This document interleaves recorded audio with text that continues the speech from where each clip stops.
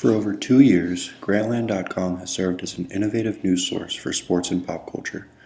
It provides lengthy, thought-out literary content supplemented with pictures, videos, and other multimedia devices to give an insightful take on the hottest entertainment news in the country. Is Grantland's experiment working? What's the purpose of writing 3,000 plus word articles on sports and pop culture on the internet when people have a short enough attention span as it is? And does the media component complement the writing, or is it all too gimmicky for how much the site costs to maintain? The Grantland website went live in June of 2011. It was started by Bill Simmons, a longtime popular columnist looking to fill a void in the way the internet covers sports. Simmons, affectionately known as the Sports Guy, remains one of the first and only internet writing success stories, who went from cranking out provocative Boston sports columns for AOL for $50 a week to being the most popular sports writer in America and having over 2 million followers on Twitter. Simmons wanted a site that wasn't fleshing out 60-plus quick-to-read articles a day. He's more worried about the quality of the site's content than its traffic. He insists the site's writers be compensated in order to attract the most talented staffers.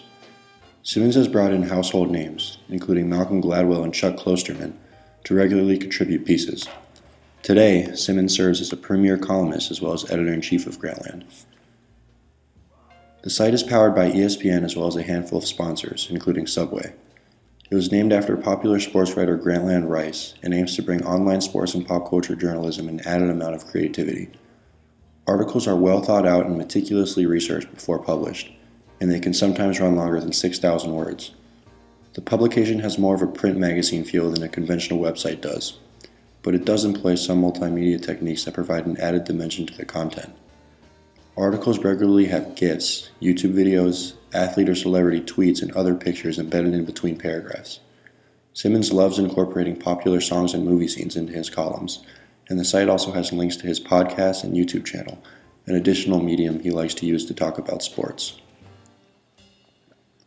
The site is subversive.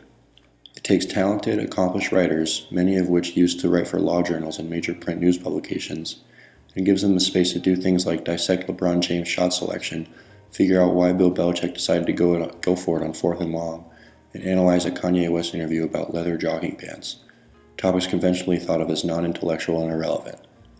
The authors do so while employing multimedia writing strategies of the social media era. Is this experiment working? As of last May, the site has acquired 2,474,000 unique visitors, about 3/4 the amount of Deadspin, another popular online news outlet for sports. Its business model sustains itself because the site is allowed to operate at a loss. John Skipper, ESPN's president, has said that he wants to push for long-form investigative journalism, which has led him to put Grantland in prime location on ESPN's main website. Grantland access is free, but ESPN backing has helped it compensate staffers and keep the page up and running.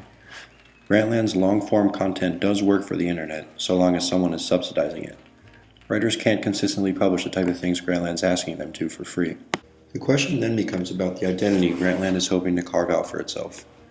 It's been accused of lackluster fact-checking and not having enough interaction for customer feedback. It's also been questioned whether the site practices genuine journalism, as many of the pieces are highly subjective and not based on any type of investigative reporting. Grantland is new, edgy, and literary, but it hasn't been determined whether its mission is important enough to sustain itself, knowing how much money it swallows up. Ty Duffy, a USA Today reporter, said of Grantland, "The depth and quality of writing talent is impressive. The site meets every basic metric to be declared successful. We just keep waiting for something transcendent to materialize. It hasn't yet." Ultimately, with Grantland, as with many things, the beauty lies in the beholder. Gauging the success of the site's mission and methodology is often dependent on who you ask. The site intersects with many interests, and any semi-literary man or woman over the age of 15 will find something on the site worth reading. But the content isn't unanimously cherished.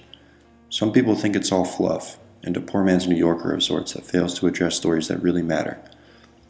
Simmons seems to stay firm in believing in the value of his company. He closed one of his recent columns by saying that Grantland had their best traffic month in October of 2013 by far. When asked about the site, he said, "I'd rather let our work speak for itself. We've built something over the last 2 years that means a lot to everyone involved. Our staff works their asses off, and our writers genuinely care about the site and the fantastic work they're doing. We're going to keep innovating and cranking out quality stuff in year 3. This is a big year for us.